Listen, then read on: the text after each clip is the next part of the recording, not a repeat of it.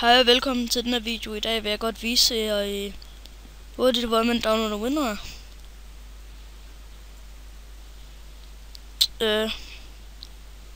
Først skal I vide, hvor meget bit I har. Det kan I få at vide, hvis I går ind på control-panelet, og så system og sikkerhed. Og så vis RAM, mængder og processorhastighed. Og så står det så her. Jeg har så 32 bit. Så det står her. Og så går du ud af det.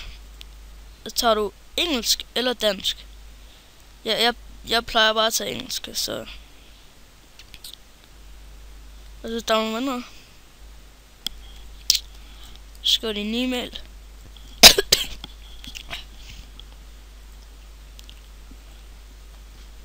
Du må godt trykke her, men jeg har jo allerede downloadet, så.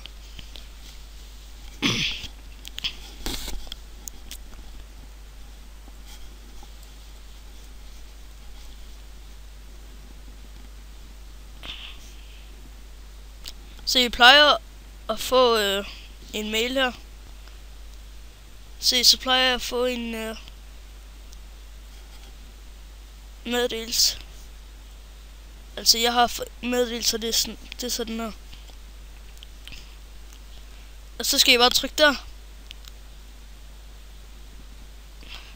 Så I kryds. Tryk I der. Ja. Så install.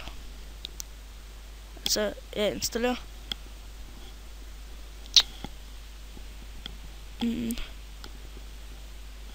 Okay. Jeg ved ikke, det er sådan lidt mærkeligt sprog. Så har jeg det. Se. WinRAR. Så har jeg det her.